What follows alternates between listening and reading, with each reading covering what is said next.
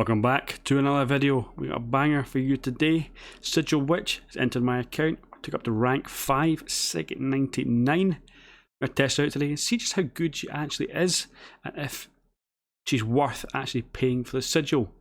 For alert, I think she's an absolute banger. I think you'll enjoy the video. If you do, drop a wee like. Let's hop into the fight and see just how good she actually is. The way Sigil Witch works here is she revolves around her instability charges. With the OG Scarlet Witch synergy, we're going to start with 2. That's going to be kind of important for this fight. So the way she works is every 4 seconds she will trigger her Chaos, and with that we have a 20% chance per instability to gain a buff on ourselves and on the defender. And we can copy that buff on the defender by padding. We have a 100% chance to nullify any buffs on the defender via parry. It's a pretty OP way of nullifying. I think it's going to be really good for future content when we get higher starred Sigil Witches.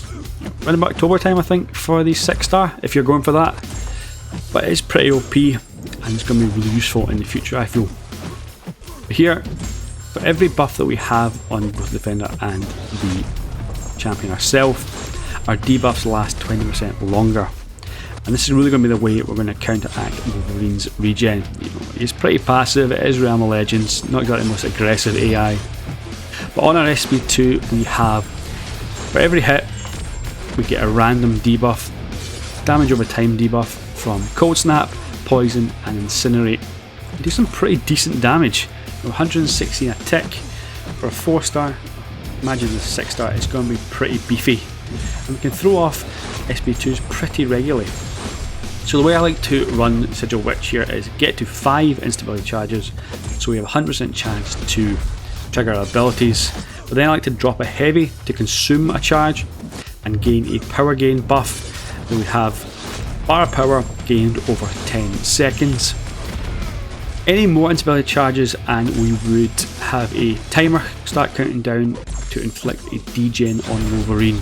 We don't really want to get the degen on Wolverine because once that degen expires, it's some pretty beefy damage, but we then lose our instability charges and then we drop the chance for gaining all the buffs, and the duration on our debuffs drops by a considerable amount and it just becomes a little bit more annoying fight.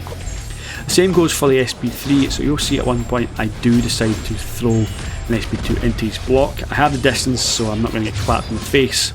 But the reason I do that is because when you hit the SP3 you consume all your instability charges to place a degen on the defender. It's a pretty beefy degen, it's about 3k a tick, but we want to keep our instability charges so we trigger our abilities and keep our debuff length going and just trigger all the abilities and the buffs so we get hit harder as well.